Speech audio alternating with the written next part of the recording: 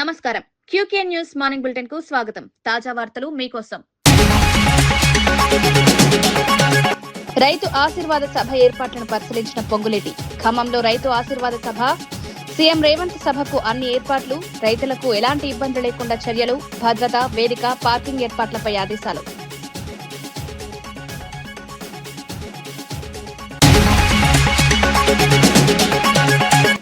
రాష్ట్రంలో అరాచక పాలన సాగుతోందన్న బొత్స. ప్రజాస్వామ్యం దెబ్బతింటుందని విమర్శ, ప్రతిపక్షాల పర్యటనలను అడ్డుకోవడం సరికాదని వ్యాఖ్య, ప్రజల గొంతు నొక్కే ప్రయత్నాలు మానుకోవాలని డిమాండ్.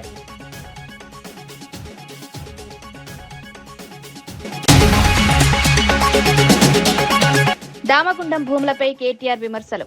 నేవీ రాడార్ కోసం అడవులు అప్పగించడంపై అభ్యంతరం, పర్యావరణాన్ని కాపాడాలని డిమాండ్, మూసి పుట్టిన ప్రాంతాన్ని రక్షించాలని విజ్ఞప్తి, భూముల కేటాయింపును పునఃసమీక్షించాలని డిమాండ్.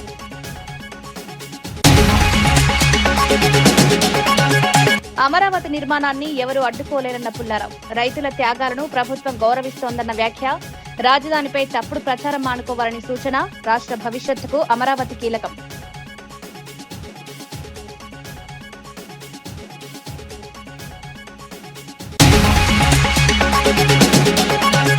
పీవీ పరిపాలనను కొనియాడిన సిపిఐ నేత నారాయణ. ఆర్థిక సంస్కరణ దిశగా ప్రశంస, ప్రజాస్వామ్య విలువలు కాపాడాలని పిలుపు, పీవీ సేవలను ప్రతి తరం గుర్తుంచుకోవాలని సూచన.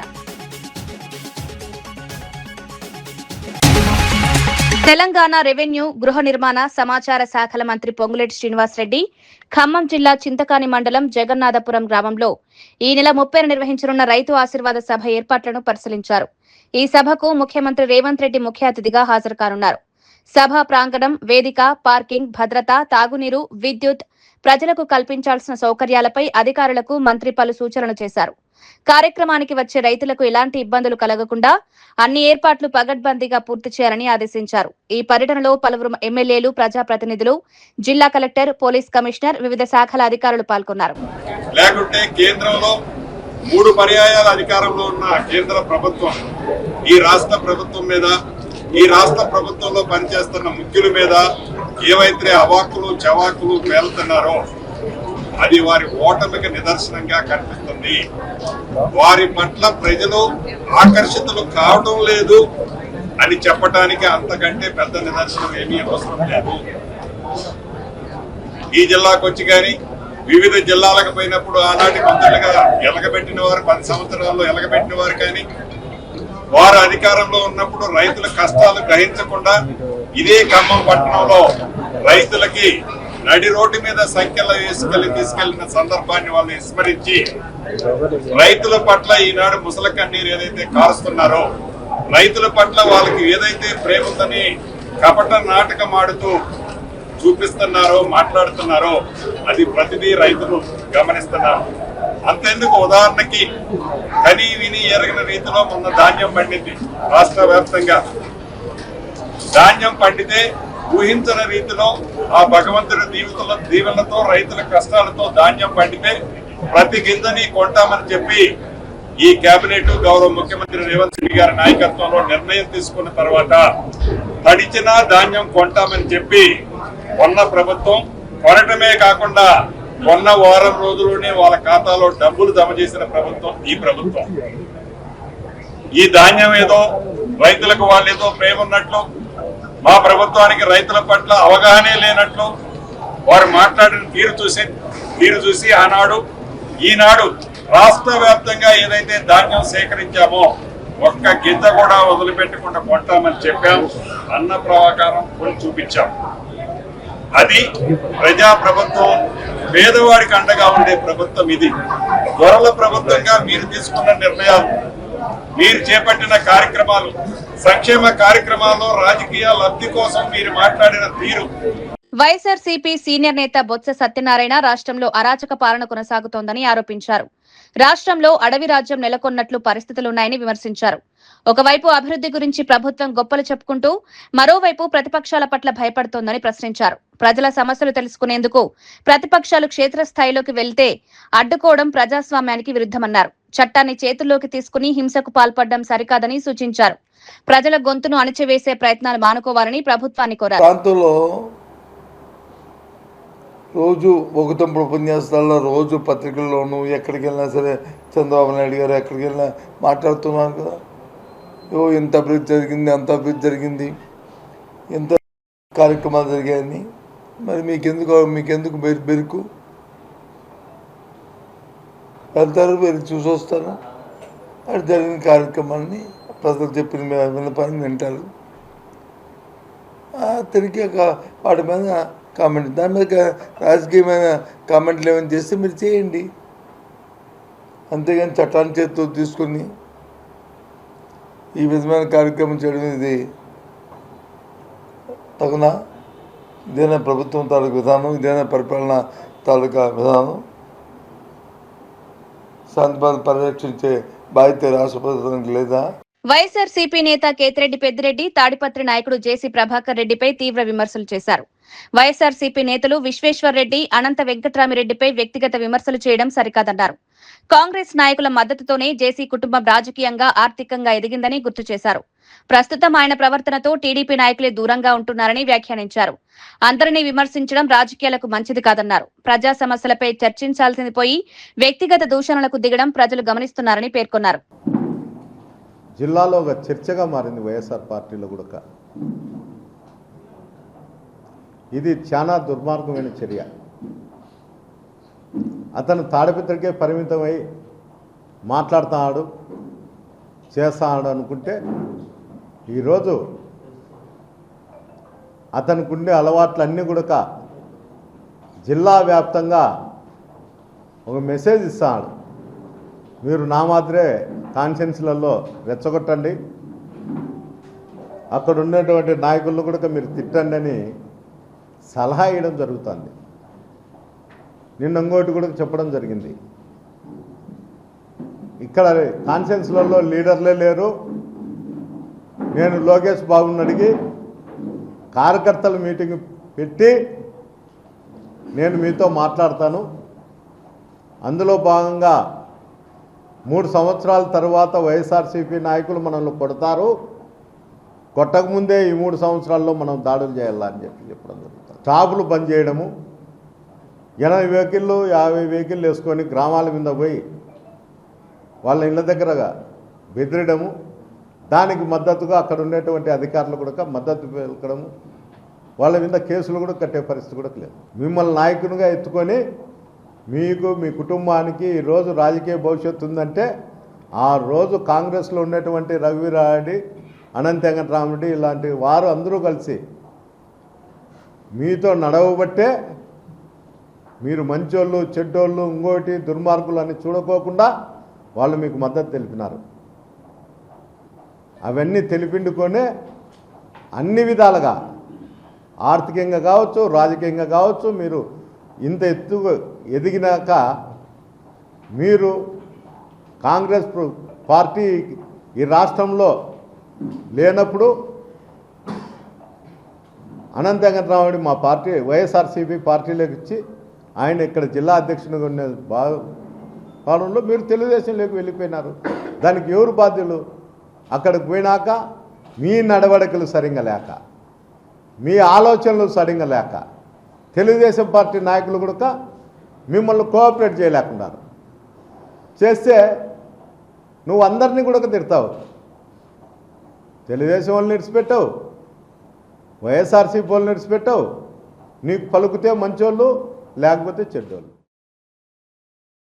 మాజీ మంత్రి టీడీపీ ఎమ్మెల్యే ప్రత్తిపాటి పుల్లారావు అమరావతి రాజధానిపై వైఎస్ఆర్సీపీ అధినేత జగన్ కుట్రలు చేస్తున్నారని ఆరోపించారు. రాజధానిలో అలజడి సృష్టించి రైతుల మధ్య విభేదాలు పెంచేందుకు ప్రయత్నిస్తున్నారని విమర్శించారు. అమరావతి నిర్మాణాన్ని ఎట్టి పరిస్థితుల్లోనూ అడ్డుకోలేరని స్పష్టం చేశారు.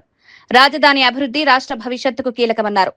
రైతులు చేసిన త్యాగాలను ప్రభుత్వం గౌరవిస్తోందని పేర్కొన్నారు. ప్రజలను తప్పుదారి పట్టించే ప్రయత్నాలు ఫలించవని, అమరావతి నిర్మాణం వేగంగా కొనసాగుతోందని తెలిపారు. అభివృద్ధి కార్యక్రమాలను రాజకీయాలకు అతీతంగా చూడాలని పుల్లారావు సూచించారు. ఆఫీస్ మీద పోయి ఎవరైతే దాడి చేశారో కొంతమంది వాళ్ళను కూడా పంపించి డిస్టర్బ్ చేయాలనేటువంటి కుట్ర కుతంత్రం స్పష్టంగా కనపడతా ఉంది.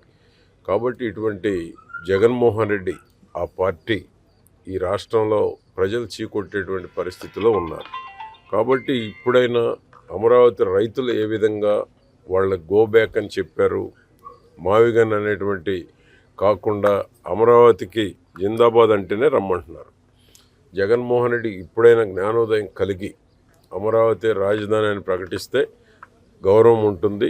లేకపోతే ఆ పార్టీని జగన్మోహన్ రెడ్డిని కూడా నామరూపాలు లేకుండా ప్రజలు సిద్ధంగా ఉన్నారు చేయటానికి కూడా.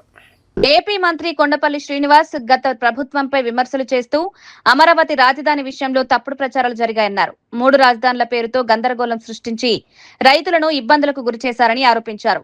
ప్రభుత్వాలు మారినా అభివృద్ధి పనులు ఆగకూడదని, దీర్ఘకాలిక ప్రణాళికతో ముందుకు సాగాలని సూచించారు. ప్రజాధనం, ప్రజా ప్రయోజనాలను దృష్టిలో ఉంచుకుని ప్రాజెక్టులను పూర్తి చేయడం ప్రతి ప్రభుత్వ బాధ్యత అని పేర్కొన్నారు. అమరావతి అభివృద్ధి రాష్ట్ర సమగ్ర ప్రగతికి కీలకమని చెప్పారు.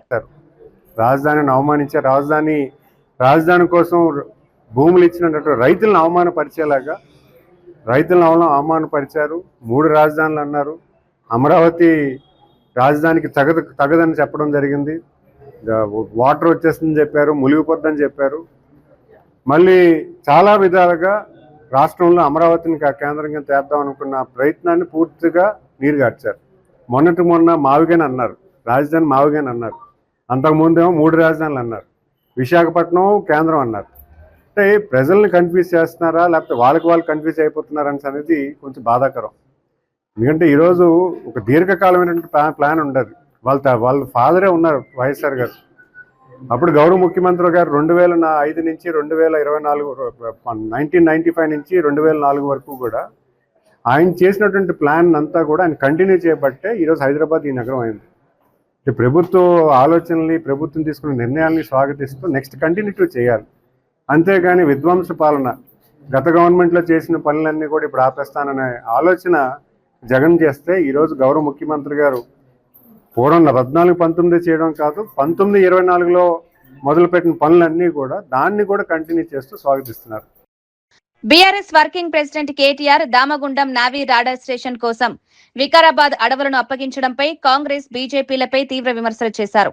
గతంలో 12 లక్షల చెట్లు నరికి రాడార్ స్టేషన్ నిర్మించేందుకు చేసిన ప్రతిపాదనను కేసీఆర్ తిరస్కరించారని గుర్తు చేశారు. అయితే ఇప్పుడు కేంద్రం ఒత్తిడితో 2900 ఎకరాల భూమిని రాష్ట్ర ప్రభుత్వం అప్పగించిందని ఆరోపించారు. మూసీ నది పుట్టిన ప్రాంతంలోని అడవులను నాశనం చేసి మరోవైపు మూసీ సుందరీకరణ పేరుతో ప్రచారం చేయడం విరుద్ధమన్నారు. పర్యావరణాన్ని కాపాడాల్సిన ప్రభుత్వాలే అడవులను నాశనం చేస్తున్నాయని విమర్శించారు. భవిష్యత్ తరాల ప్రయోజనాలను దృష్టిలో పెట్టుకుని ఈ నిర్ణయాన్ని ప్రభుత్వం పునఃసమీక్షించాలని కేటీఆర్ డిమాండ్ చేశారు.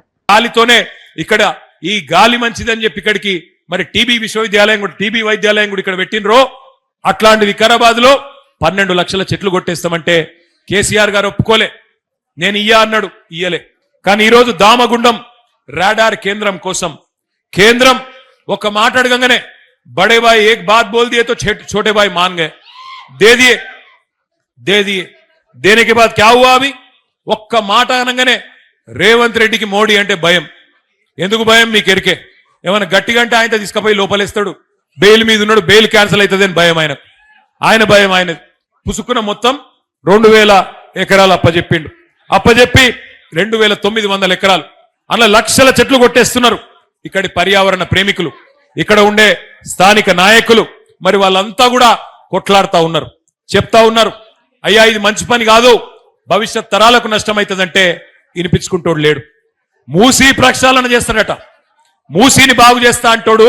మూసీ పుట్టిన కాడ, మూసీ జన్మస్థలంలో 12 లక్షల చెట్లు కొట్టేస్తాడు ఎవడన్నా తెలివి ఉన్నోడు? భవిష్యత్ తరాల మీద ఆలోచన ఉన్నోడు చేసే పనైనా ఆలోచించండి.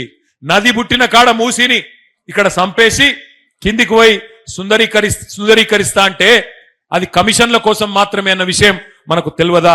ఆలోచించండి. ఇంకొక మాట కూడా నేను అంటా ఉన్నా, ఇందులో పాపం ఒక్క కాంగ్రెస్ దే కాదు, బీజేపీది కూడా ఉన్నది.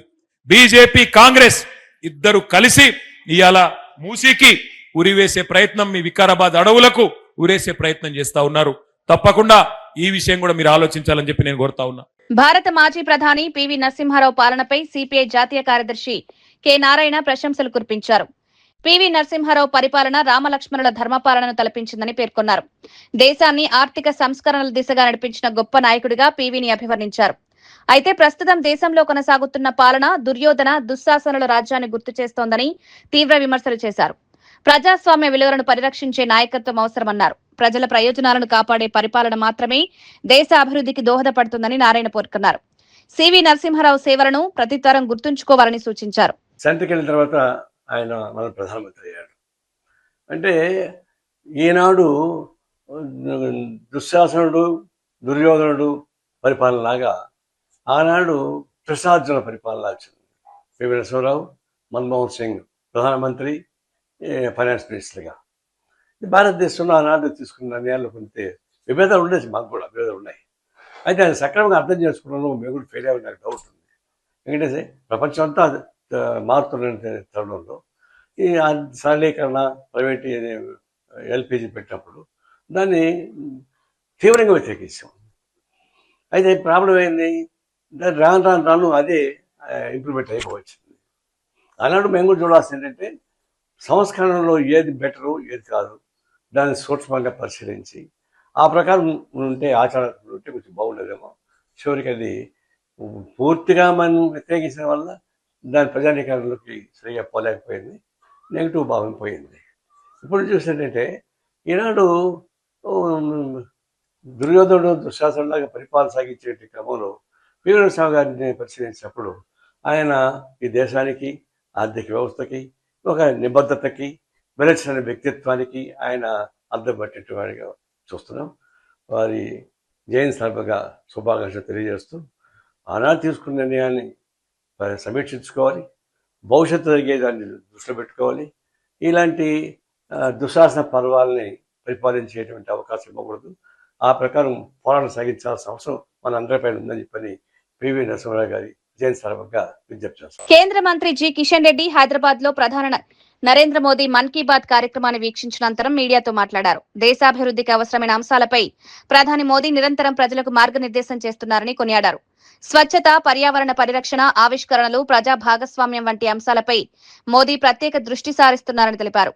ప్రజల్లో దేశభక్తి, సామాజిక బాధ్యత పెంపొందించడంలో మన్ కీ బాత్ కార్యక్రమం కీలక పాత్ర పోషిస్తోందన్నారు. కేంద్ర ప్రభుత్వం చేపడుతున్న అభివృద్ధి కార్యక్రమాలకు ప్రజల సహకారం అవసరమని పేర్కొన్నారు. దేశ నిర్మాణంలో ప్రతి పౌరుడు భాగస్వామి కావాలని కిషన్ రెడ్డి పిలుపునిచ్చారు.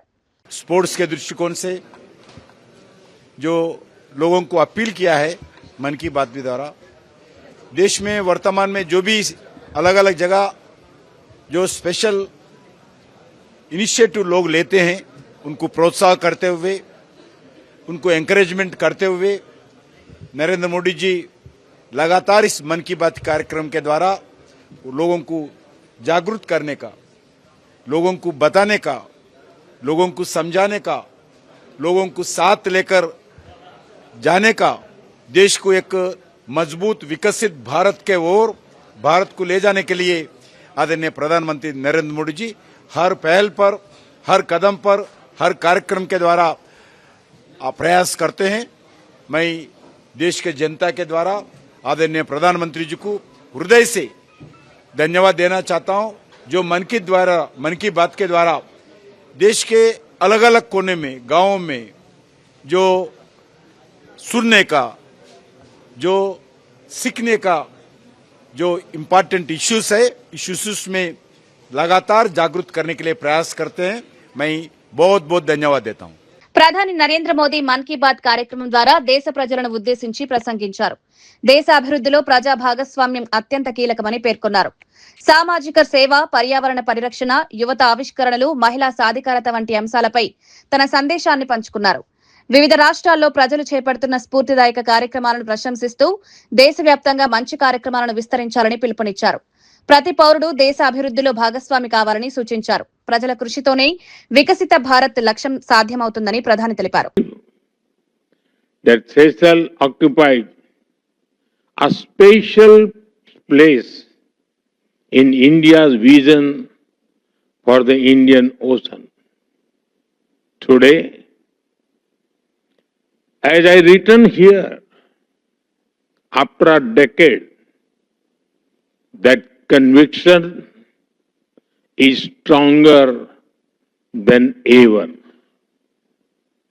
And I'm delighted to join you as you celebrate 50 years of your independence.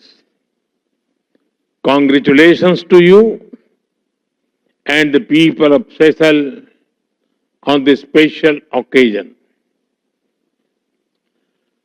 honorable members, to address the National Assembly is a rare privilege. Thank you for this special honor. I take this opportunity to congratulate the newly elected members of this 8th National Assembly. I also extend my felicitation to you, Madam Speaker, on becoming the first women Speaker of this august House.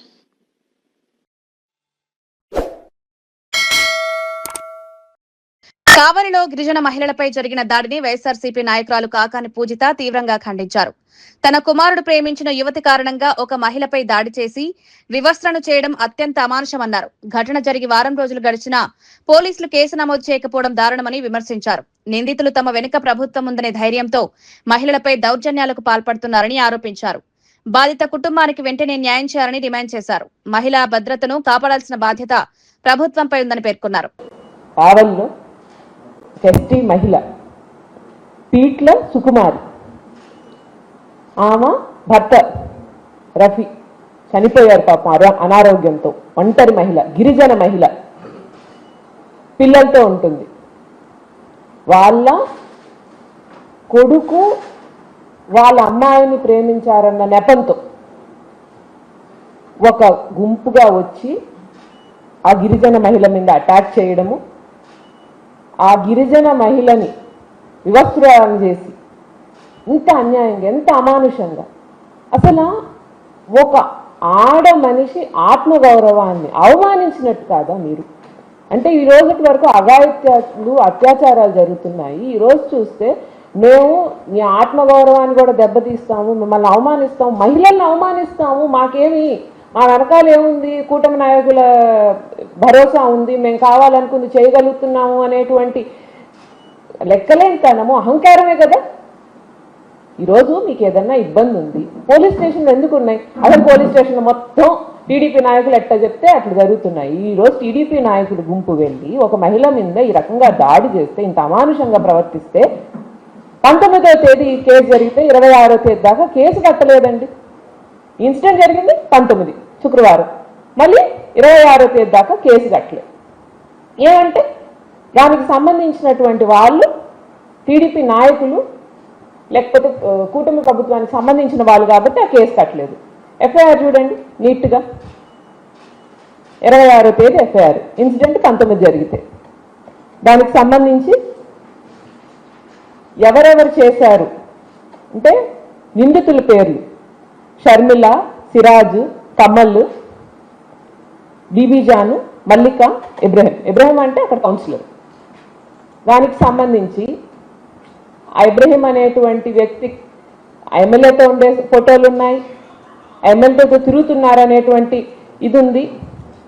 దానికి మేమందరం కూడా వత్తాసు పలుకుతున్నారు పోలీసులు.